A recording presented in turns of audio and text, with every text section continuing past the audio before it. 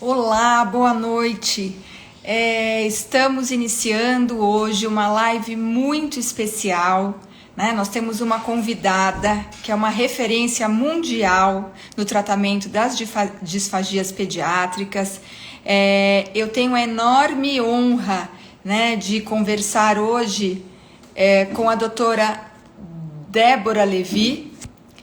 Ela já está entrando. Doutora Débora, ela é fonoaudióloga, doutora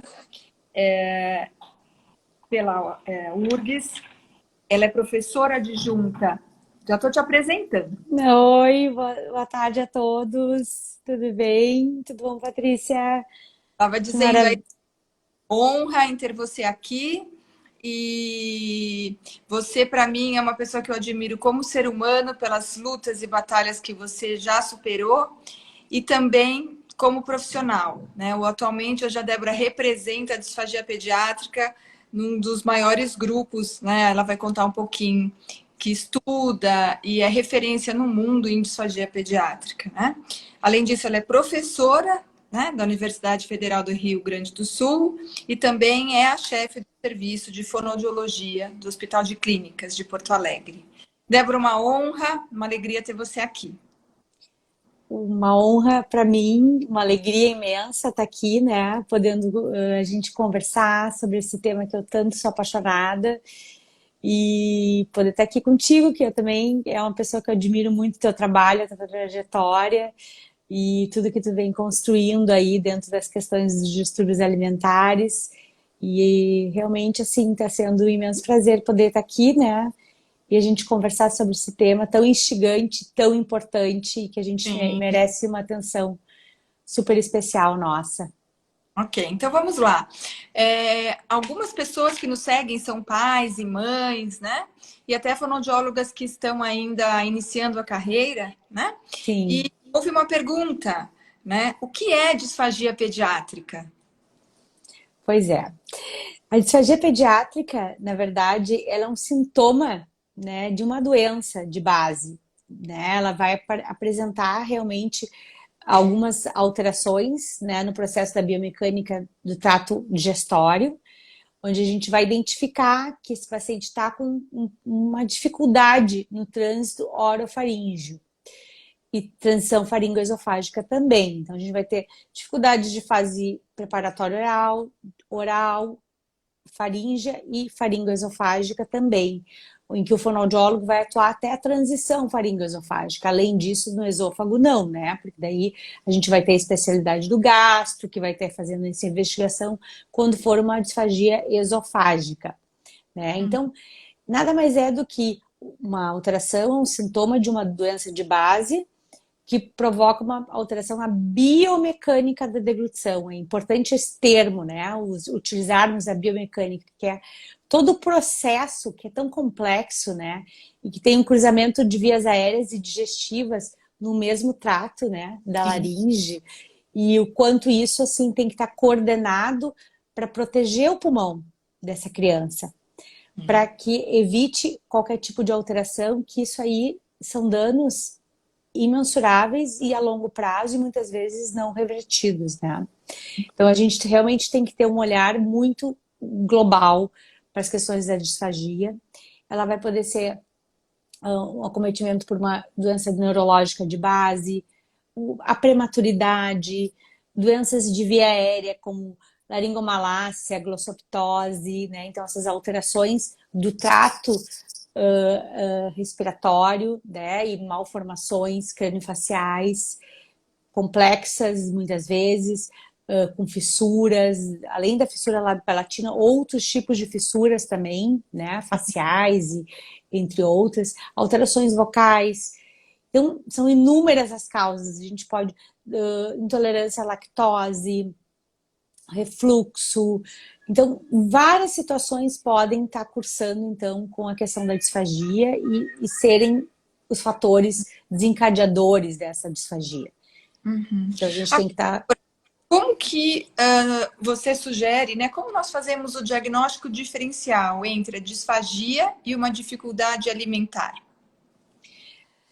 Uma pergunta bem importante, assim, que a gente tem que refletir, estudar muito, né, Patrícia? A gente tem que, assim, ter uma formação muito ampla, um olhar integrado para essa criança, que é um olhar, né, completo de toda a família, de todo o contexto que essa criança se insere, do cuidador, dos profissionais envolvidos, um histórico primoroso de vida dessa criança, né, com uma boa anamnese, isso é super importante.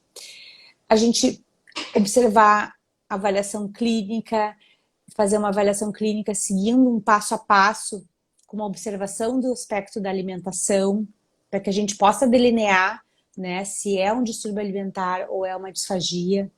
As questões comportamentais dessa criança, como é que ela responde ao enfrentamento, ao estímulo oral, né? E se ela tem condições de receber algo por via oral. Então, a gente vai realmente estar diferenciando, e essa observação, ela é completa, ela tem que ser... E ela vai sendo feita, assim, no dia a dia, né? Muitas vezes a gente não consegue fazer um fechamento num diagnóstico, numa sessão ou num atendimento. E essa conversa e discussão com a equipe é muito importante, ter um apoio de outras equipes multiprofissionais, como psicólogo, TO, o fisioterapeuta, o nutricionista, além da equipe médica, né, e suas especialidades.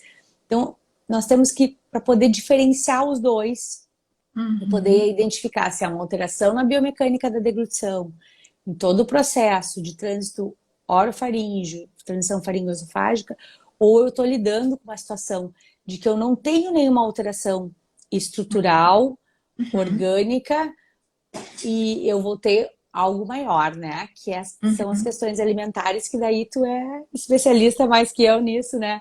Mas é com as questões de recusa, de aversão, e que realmente, assim, merecem esse olhar centrado e integrado do paciente. E não que a disfagia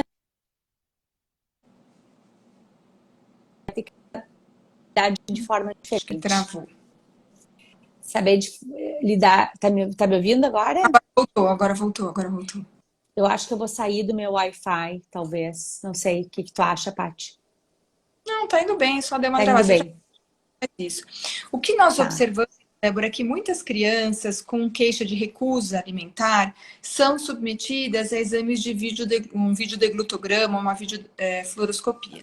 Então, eu queria que você contasse um pouco para a gente como você faz esse diagnóstico diferencial, né? Quando chega uma criança com recusa,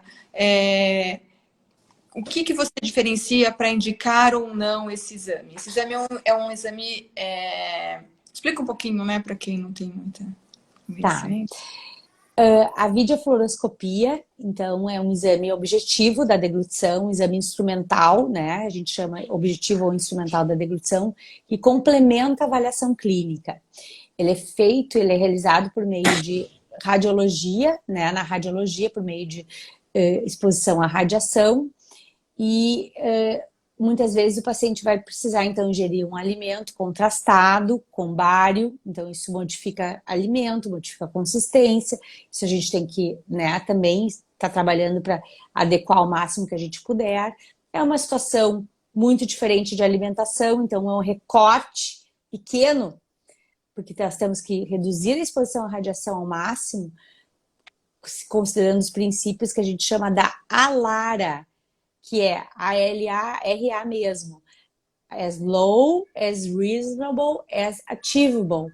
Isso é um princípio que todo fonoaudiólogo ou profissional que trabalha com radiação e que executa um exame tem que ter isso em mente, que é o mínimo de radiação possível para o maior benefício em relação ao exame. Então, é uma situação atípica de alimentação. Para uma criança com uma recusa alimentar, não existe indicação para isso.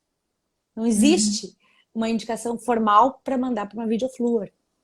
Né? Esse paciente não vai comer, ele vai lutar, ele vai refugar, ele vai ter todo um comportamento. Eu vou expor a radiação e não vou obter as informações que eu vou necessitar.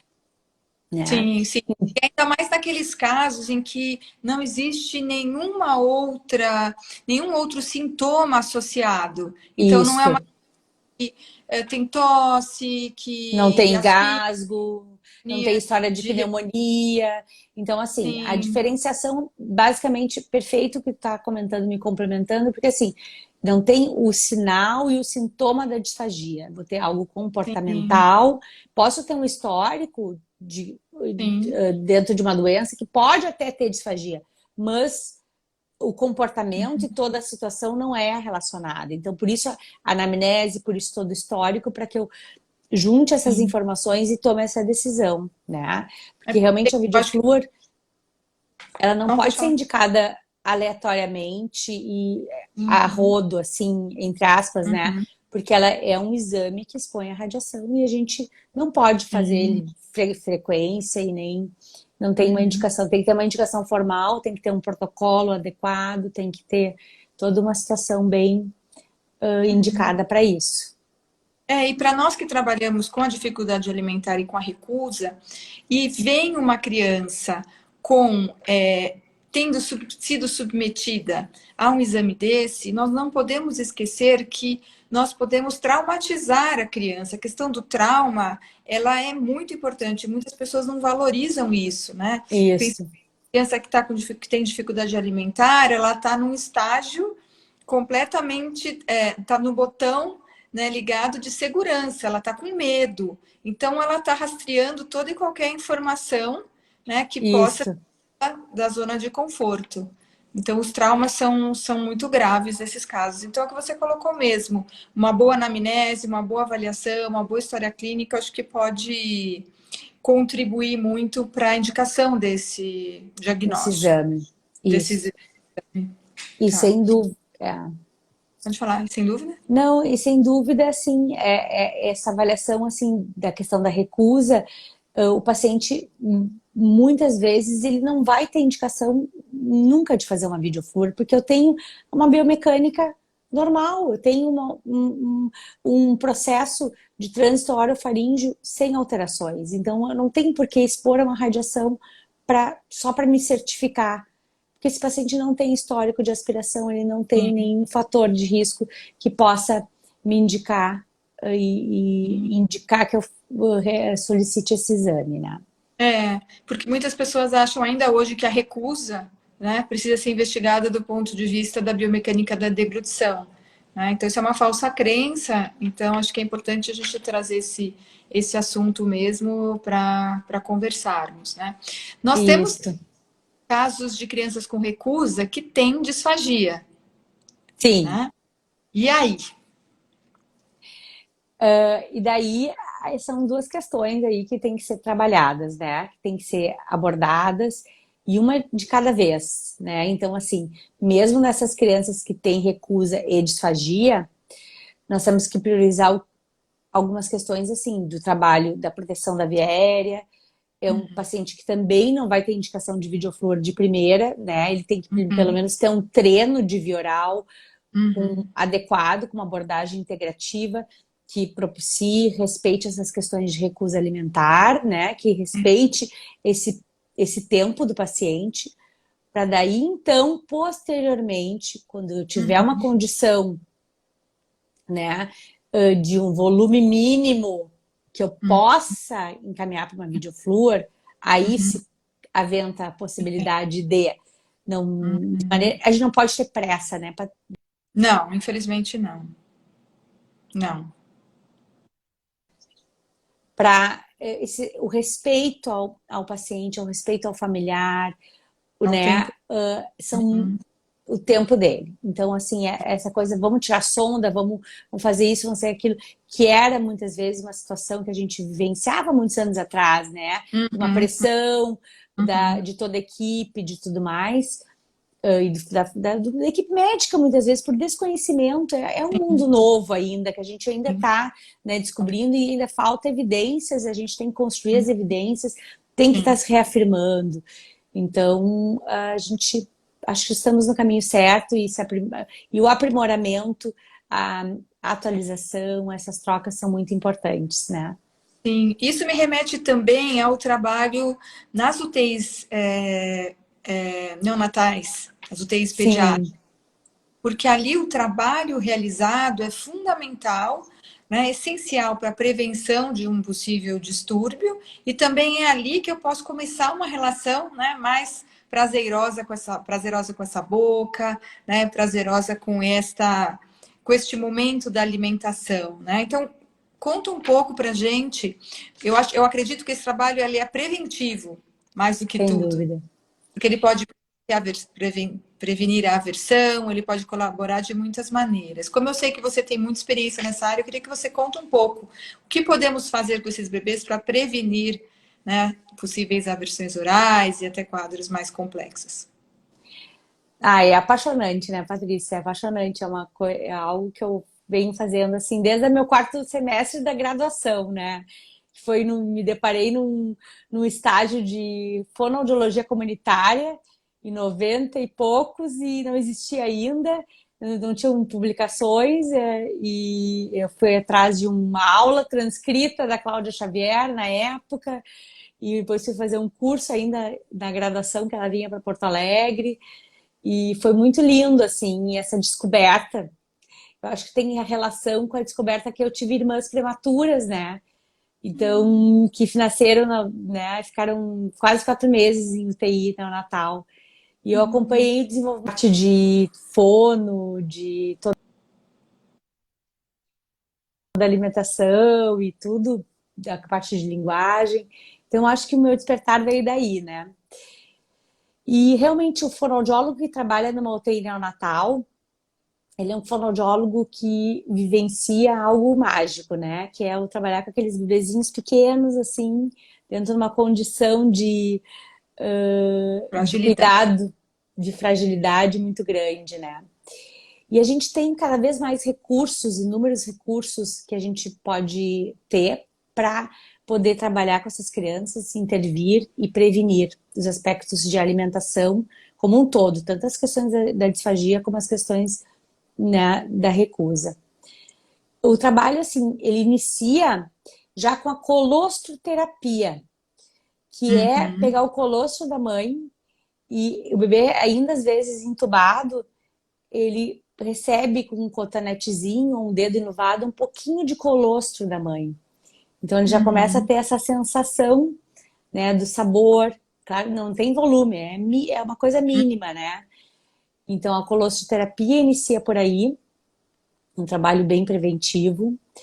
Aí nós vamos ter os programas de estimulação oral, que estão descritos na literatura, com evidências já mais robustas, melhores, revisões sistemáticas da Cochrane, revisando essas condutas, que são programas de estimulação desenvolvidos por né, terapeutas conhecidos, uma delas é a Chantal Lau, a Fucile, uhum, Lessing, são grupos de pesquisa que trabalham com isso, que tem estudos maravilhosos, né?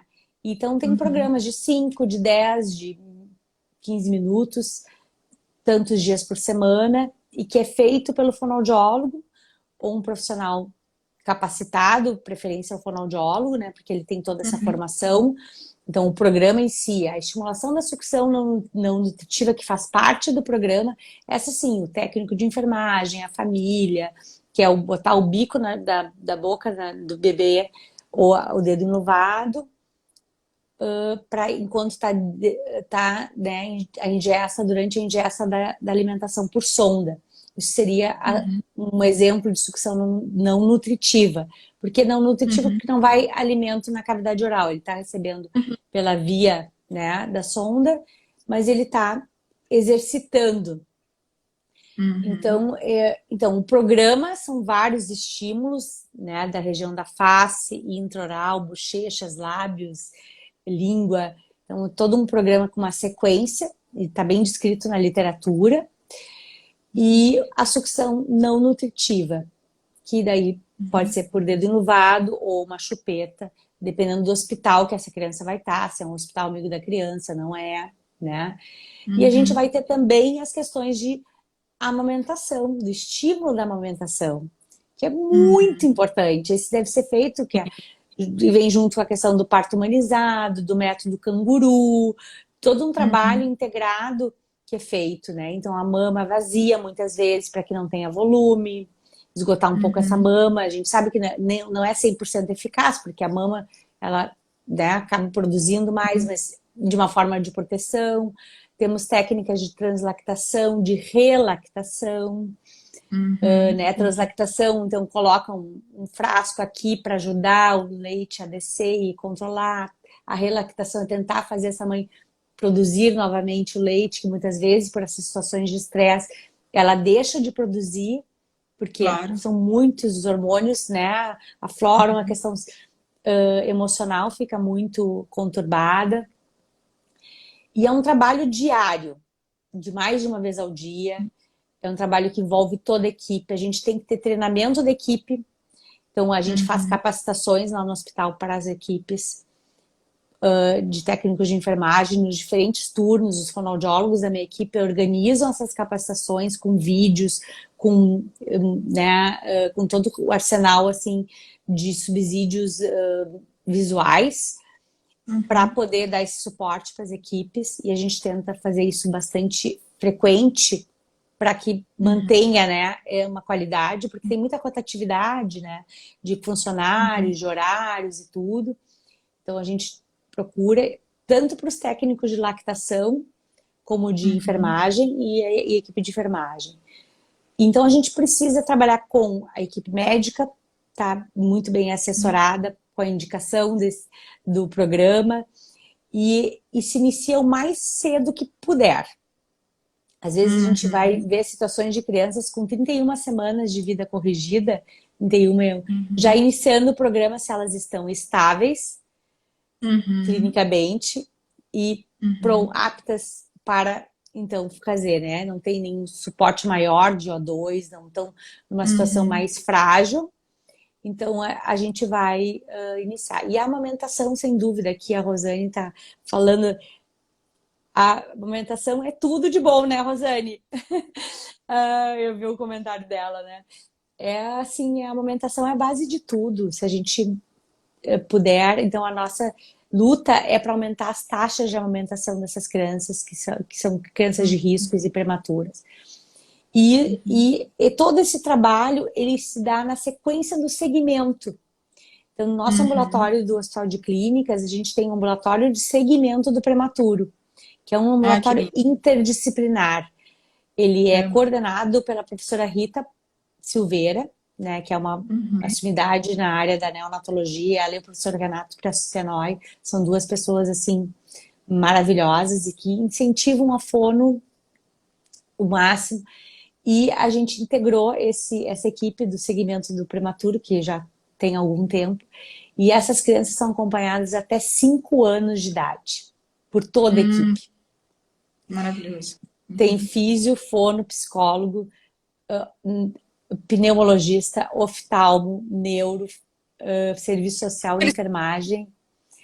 E a gente fica numa salinha, tudo mais sucateado nos hospitais públicos, né? Mas a gente fica num corredor junto ali, discute, um entra numa sala, outro entra noutra, e a gente vê os pacientes juntos, a gente discute, a gente planeja e faz esse acompanhamento do segmento deles em todos os aspectos do neurodesenvolvimento. Então, os Sim. aspectos alimentares, cognitivos, Uhum. né, de linguagem, auditivos, Uhum. comportamentais. Então, essa família tem um suporte muito grande Uhum. para tudo. Inclusive, eles receberam, há alguns anos atrás, uma verba daquela Gates Foundation para uma Uhum. pesquisa para fazer um acompanhamento domiciliar dessas crianças. Ah, que lindo. Então, um grupo recebeu domiciliar, outro grupo recebeu presencial. Eles devem estar para publicar esse artigo aí, para ver a diferença do padrão normal de atendimento né, no Uhum. hospital e o que faz domiciliar. Então, para comparar os desfechos, usando as escalas de Bailey, que são escalas muito precisas, Uhum. né?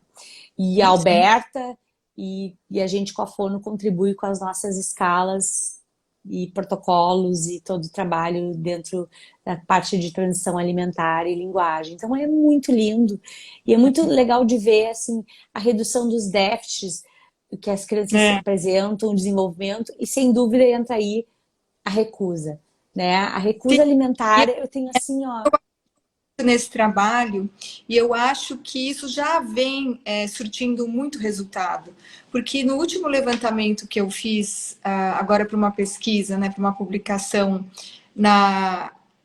no banco de dados do Instituto, né, de Desenvolvimento Infantil, nós fizemos todo um levantamento, nós hoje temos mais de 1.500 pacientes atendidos e não e levantamos, né, quantos bebês prematuros. Incrivelmente, contrariando a muitas das pesquisas, né, não deu correlação. Então, o que nos deixou bastante feliz, por um lado, né, e a hipótese de que esses bebês agora estão recebendo atendimento precoce, estão tendo um acompanhamento adequado, o que faz com que eles não tenham com tanta frequência, né, a dificuldade alimentar. Então, não é que um bebê prematuro vai ter uma dificuldade alimentar, né? Eu acho que algum tempo atrás isso era meio que matemático, né? Hoje em dia, Categórica. não, não teve relação de significância entre o bebê prematuro e a dificuldade alimentar. Então, eu acho que a maior parte dos nossos bebês, as nossas crianças, tinham nascido a termo. Então, eu penso que também esses trabalhos, a divulgação em grandes centros, está já surtindo efeito, né? Porque esses bebês não tiveram, pelo menos na minha amostra, né? Que é uma amostra pequena, mas eu acho que isso foi significativo. Outra coisa que eu queria te perguntar como vocês, por exemplo, durante muito tempo, eu não tenho uma experiência em UTIs neonatais, eu não tive essa passagem, né?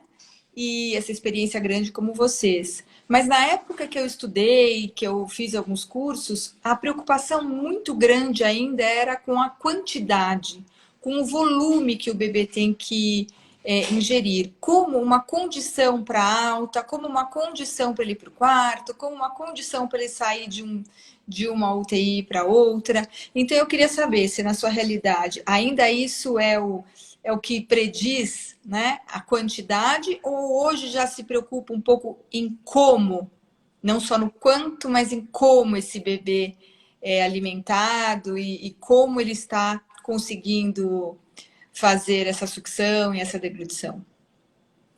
Sim. Essa tem mudado bastante isso, assim, né? Essa questão da cultura do volume de ingesta, Uhum, né? uhum, Do uhum. volume que ele tem que ofertar, da quantidade. Ainda tem uma cultura por trás dessas questões, mas que a gente está tentando mudar, a gente no dia a dia mudar esse paradigma em função de que é o como ele mama, né? E não o quanto ele mama e como ele aceita esse volume para que a gente possa, né? Então, tem muito, hoje em dia, publicações com a questão do cue-based feeding, né? Que é as pistas que o bebê dá, é o respeitar as pistas do bebê para que a gente possa estar, então, realmente oferecendo, estimulando essa via oral dentro das condições que ele tem, na forma que ele possa, né, prioritariamente a ser materno ou complemento, se for indicado, e a maneira como for indicado. Então, é a base do cue-based feeding, fazendo também o pacing, o sidelining, que são questões posturais, são técnicas para que isso propicie um desenvolvimento e uma transição mais efetiva. Porque, sabe, se a gente acelera uma transição, muitas vezes tu vai ter que retroceder tudo, o paciente vai ter uma condição clínica que pode levar a uma piora clínica, com uma infecção respiratória, um episódio de aspiração, uma bradicardia, uma dessaturação, uma situação de risco muito efetiva. Sim. Então, por isso que eu volto para aquela questão da capacitação. A gente tem que Uhum, capacitar as enfermeiras, os técnicos, sim. que são os que estão ali no dia a dia, olhando, eles têm que Uhum, entender o que está acontecendo, né? uhum. Então, sem conhecimento, as pessoas não têm como, eles não Não, estudaram isso, né? não, não. Então, a capacitação, essa formação, o trabalhar com respeito, o ter essa troca, sinalizar algumas situações, então, isso. Então, ainda existe em alguns centros, outros, não tem como eu dizer que não existe essa questão da cultura do volume, tem que aceitar, mas o fonoaudiólogo que trabalha em UTI neonatal tem efetivamente atuado num sentido contrário, né? De que, na verdade, nós temos que... Não tem problema se não é que não tem problema. Se ele tem Sim. indicação de manter a sonda, ele vai manter a sonda, ele vai ter alta com sonda, ou vão fazer isso na transição no segmento, vamos orientar. Claro que sempre é aquela coisa, o sucesso é a retirada da sonda, mas a que custo é esse Sim. sucesso, né? Sim. Possivelmente que daqui a pouco o paciente começa com perder peso, né? Sim. Por desenvolver alguma alteração pulmonar, recusa alimentar, todos esses outros fatores que vêm junto e que daí as consequências são mais devastadoras e muito mais difíceis de tu reverter Sim. futuramente, né? Débora, e como funciona lá na sua, né, como é na sua experiência a indicação de uma via alternativa, por exemplo, não definitiva, mas, por exemplo, quando vocês decidem, né, quando o bebê precisa ir para casa e já não está conseguindo sucesso, e aí é necessário uma gastrostomia. Como que Sim. vocês Como é a experiência de vocês lá com relação à família? Nós sabemos que aqui no Brasil existe muita resistência com relação à gastrostomia, e nós percebemos também do outro lado que isso sim pode levar muitas vezes a um quadro de recusa ou dificuldade alimentar, porque o bebê não tem condições nenhuma, né, de ser alimentado via oral, e a mãe fica naquela pressão para que o bebê mame, na pressão para que ele coma. Então, eu queria um pouquinho entender o seu ponto de Uhum. vista, né? Como é isso? A gastrostomia, na verdade, assim, ela também tem sido uma diferença, assim, de um outro paradigma que a gente tem avaliado, né, como equipe, uma indicação mais precoce, porque Uhum. antigamente era assim, só se o bebê ficava anos com uma sonda e com dificuldades e não tinha indicação, a resistência da família, resistência da Sim. equipe, né? E hoje em dia tem se trabalhado, assim, com questões mais, assim, do prognóstico dessa criança a médio e longo prazo, né? Então Sim. seriam, assim, vamos pensar ele em 3 meses, vamos pensar ele em 6 meses, um ano, vamos tentar estabelecer um prognóstico, que é difícil. É difícil tu Sim. estabelecer um prognóstico. Nem sempre Claro. a gente acerta, não tem um guideline Claro. exato que nos indique. Mas é uma decisão de equipe. E a Uhum. família tem que estar envolvida nesse processo dessa decisão. Uhum. Uhum. E aceitar, né, a gastrostomia como uma via alternativa que vai auxiliar no processo de reabilitação. E que não é Uhum. uma via definitiva. Existem casos que vai ser definitivo, Sim. sim, mas tem casos que não. Então a gente tem que Uhum. mostrar. E a indicação, quando é paciente internado, é mais tranquilo. A indicação ela é mais rápida, ela é feita, né, por via endoscópica ou cirúrgica, se for o caso, daí quem decide é a cirurgia pediátrica, né, ou a Uhum. gastropediatria. Na internação, então, fica mais tranquila essa indicação e mais pontual. Uhum. Ambulatorialmente, como nós vivemos numa situação do SUS pública, às vezes demora um pouco mais do que a gente deseja, né? Então, assim, às vezes o paciente fica 6 meses, em algumas situações um pouco mais, esperando a sua vez. Tem que ter todo Uhum. um exame documentado. Muitas vezes ele vai fazer uma endoscopia digestiva, ele vai ter que fazer uma videoflúor, ele tem que ter uma documentação de exames, se tiver Uhum. indicação, a não ser que seja aqueles casos gravíssimos que a gente, Sim. né, identifica, para poder realmente realizar a gastrostomia e seguir no ambulatório, acompanhado ou pela gastro ou pela cirurgia pediátrica, isso no hospital onde eu trabalho.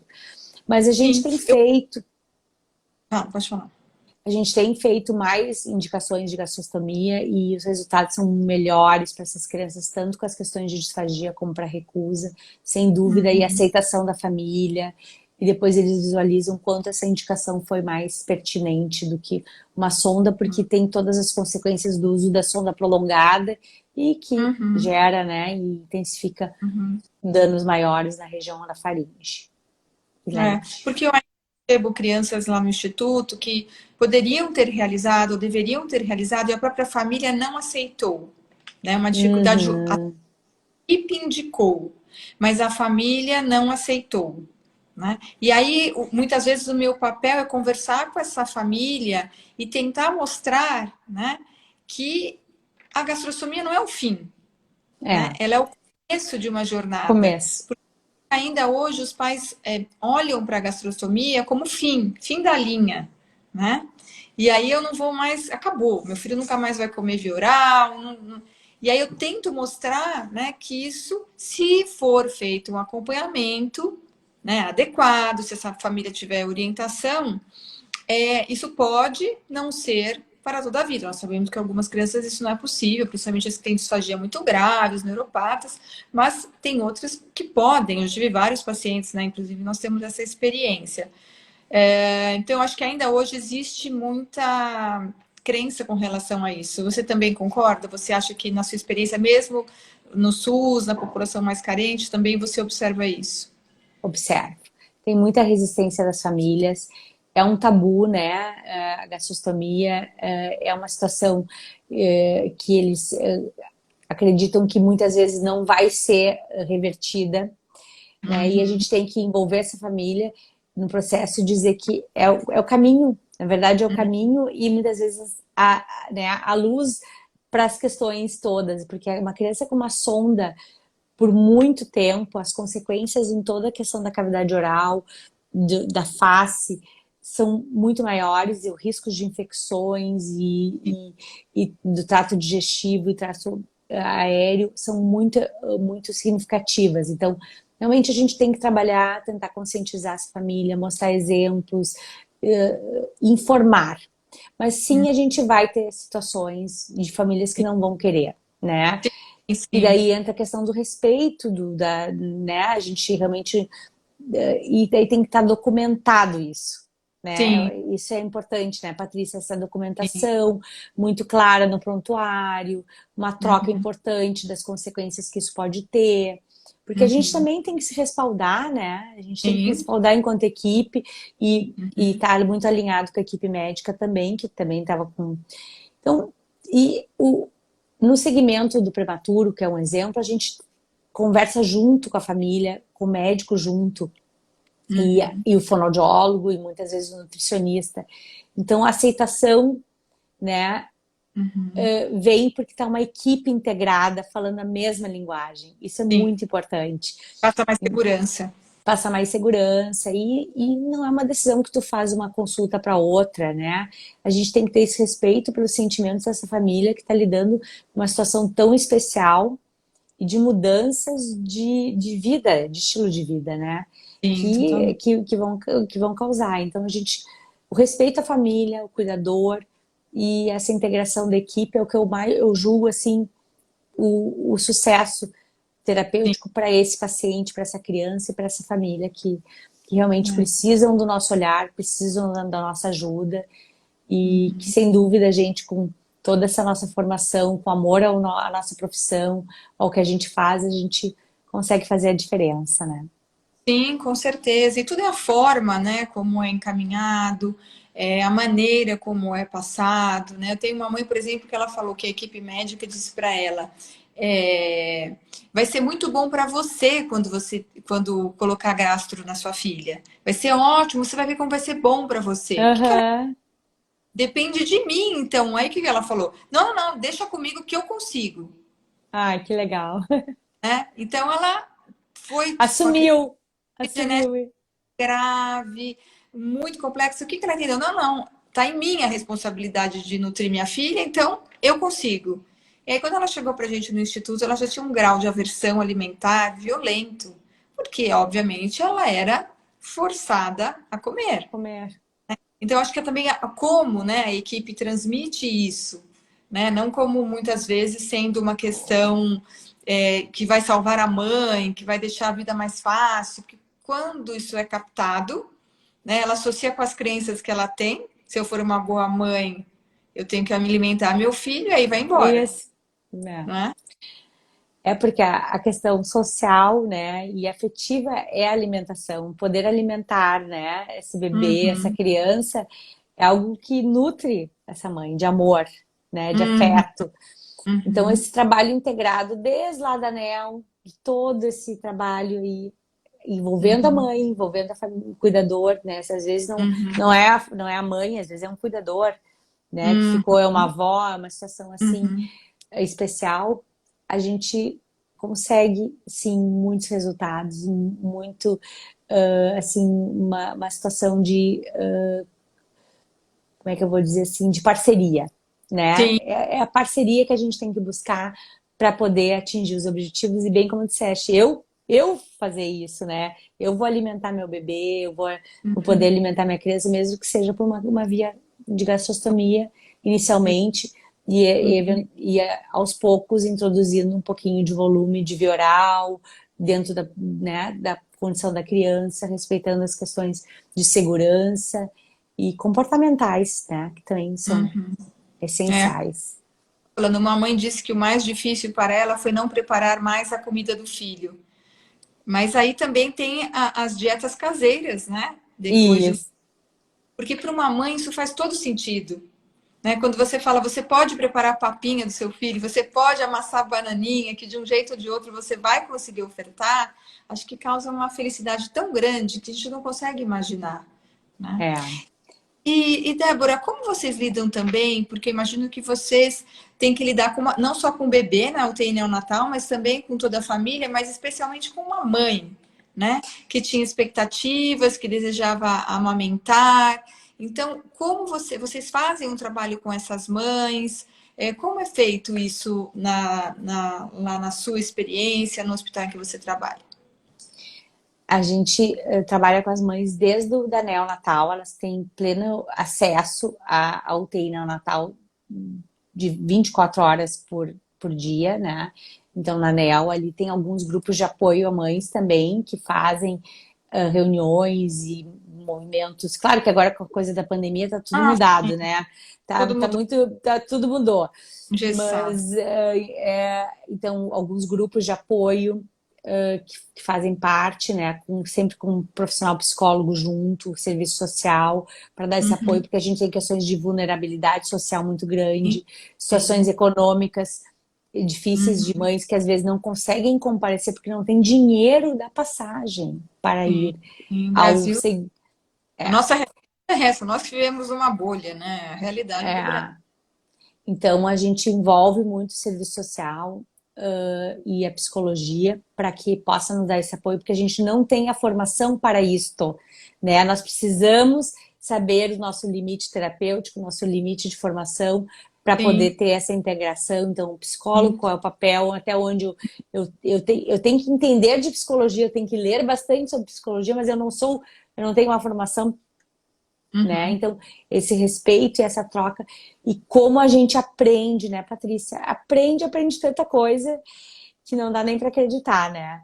É Então, a muito. nutricionista com o papel da dieta, né, da prescrição, do volume, do diário alimentar. Então, essas coisas assim são trocas e leituras e momentos de realmente muito aprendizado de outras profissões. E o fonoaudiólogo tem que ter essa formação para que Sim, quando trabalha com disfagia ou distúrbio alimentar, tu tem que te sim, abrir para o mundo, né? sim.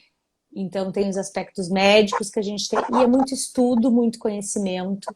Só assim que a gente vai conseguir, né, superar as barreiras e mostrar que realmente o fonoaudiólogo veio para, né, está aí para fazer a diferença na vida dessas crianças.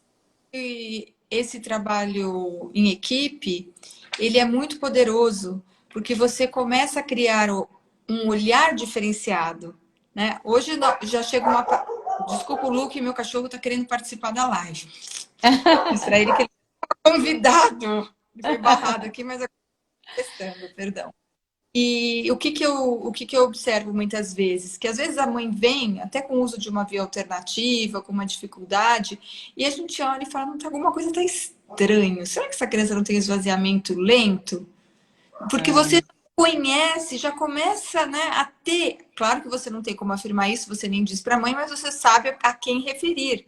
Né? Você cria uma sim, hipótese na cabeça porque você já ouviu isso, você já viu o gastro falar, você viu outros casos. Então, eu acho que o trabalho em equipe para as dificuldades alimentares e principalmente para a disfagia, ele é totalmente importante e aumenta o nosso saber, o nosso conhecimento, para que a gente possa realmente ajudar de uma forma mais efetiva essa população, né? Então, e sem dúvida, ir para o caminho correto, né? Então, Sim, assim, do diagnóstico, da conduta. sim, Então, essa troca e aprendizado é o que favorecem para que a gente possa beneficiar esse paciente, né? O sim, benefício de que ele realmente vá superar as dificuldades e essa família vai poder também participar ativamente desse processo de alimentação, de todo um trabalho integrado, que é realmente um trabalho que busca o neurodesenvolvimento dessa sim. criança, né? Hum, Então a gente tem que estar promovendo um desenvolvimento mais efetivo possível, considerando as condições de patologia, de histórico e tudo, mas que a gente uhum, propicie que ele consiga, né, ter uma saúde pulmonar, uma saúde nutricional e um sim, neurodesenvolvimento o mais adequado possível. sim, com saúde no sentido É, integral, né? integral, é assim. Débora, nós já estamos quase, infelizmente, chegando quase ao fim do nosso bate-papo, da nossa conversa. Eu queria que você deixasse uma mensagem, né? Eu acho que o trabalho que vocês realizam preventivamente nos casos de disfagia podem vir a minimizar os casos de dificuldades alimentares no futuro. Eu acho que a maneira como é feito, né, é mais importante do que a técnica em si, porque a técnica, né, você mega na internet, nos artigos, mas como, né? Eu Como valorizo fazer? como é feito, não é? Porque nós sabemos que esses pacientes, muitas vezes, a maior parte das vezes, estão numa situação de fragilidade, estão com medo, né? Estão com dor. Então, eu acredito muito mais que esse como fazer, que é o que faz a diferença, né? E a conexão com o paciente, com a família. Então, eu queria que você deixasse uma mensagem para os fonoaudiólogos aí que estão começando, aqueles que já realizam, né? O que pode tornar um trabalho nessa área tão diferente, tão especial?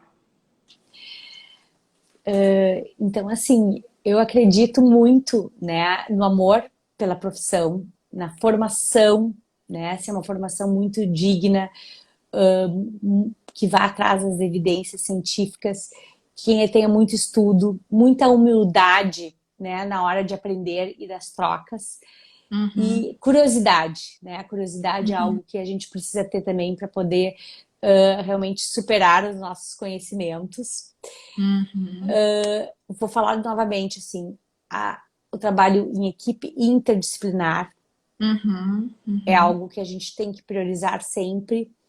E uma formação acadêmica, gente, a gente não consegue trabalhar com as questões alimentares e ter resultados e ser um fonoaudiólogo que vai auxiliar essas crianças e essas famílias se a gente não buscar um aprimoramento real que propicie que eu tenha um conhecimento. Eu, assim, são 20 e tantos anos de trajetória e tem muito a aprender, muito, e cada dia aprende, cada, assim, Nossa, muita troca, muita novidade. Então, tenha curiosidade, busque, vá atrás de artigos científicos, de livros, de tudo que possa dar de subsídios e supervisão, formação. Então, é a formação, sem dúvida, a humildade, uhum, o trabalho em equipe, o respeito a essa família e aos profissionais, uhum. né? E o Saber que respeito, mesmo como fonoaudiólogos, principalmente como fonoaudiólogos, nós podemos causar impactos tanto para o bem quanto para uma dificuldade, para um trauma, tanto para questões muito complexas, né? E ter essa responsabilidade, eu acho que isso que é importante, né? Eu não é, estou só fazendo um estímulo na boca de uma criança, eu não só estou, é muito além disso, né? muito além disso. Então, quando eu toco na boca de uma criança, eu tenho que ter respeito como eu vou Uhum, tocar. Eu tenho que me uhum, aproximar, eu tenho que estimular de uma forma adequada, porque senão eu só vou causar recusa alimentar ao invés de estar propiciando, né? Então, essa formação e esse olhar é muito importante. Então, sim, é apaixonante, é uma coisa assim que quem decide ir para a área de alimentação é. abre o mundo, né? É assim, Sim, sim, sim. a gente. Comigo mesmo, é uma paixão, né? Muito especial. Isso. Você vê quanto o seu trabalho muda a vida de uma família inteira, né?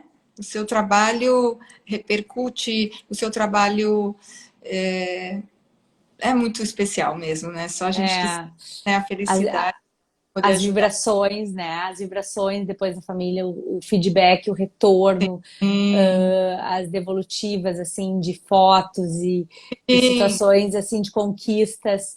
Isso que é sim. gratificante, né? Isso Não, faz a gente é ir lógico. muito, muito além, né? Uhum. E poder ajudar, porque são famílias que sofrem, né, Patrícia? Oh, Sofrem tanto, se Deus. desmembram, Uhum. os casais se separam, a gente vê muito Sim. aquelas mães Nossa, sozinhas, é. né? Às vezes com a avó, situações Uhum. bem, bem complicadas. E quem trabalha no SUS, a vulnerabilidade, então, é Nossa, maior imagina, ainda, né? Então, com às vezes certeza. precisa de um trabalho da psicologia e do serviço social para auxiliar, resgatar algumas Legal. questões. Então, a É. gente tem que ter realmente esse olhar múltiplo, né? Sim, Integrado para todas as questões, e o fonoaudiólogo faz a diferença nesse processo, junto com faz, essa equipe interdisciplinar aí, sim. que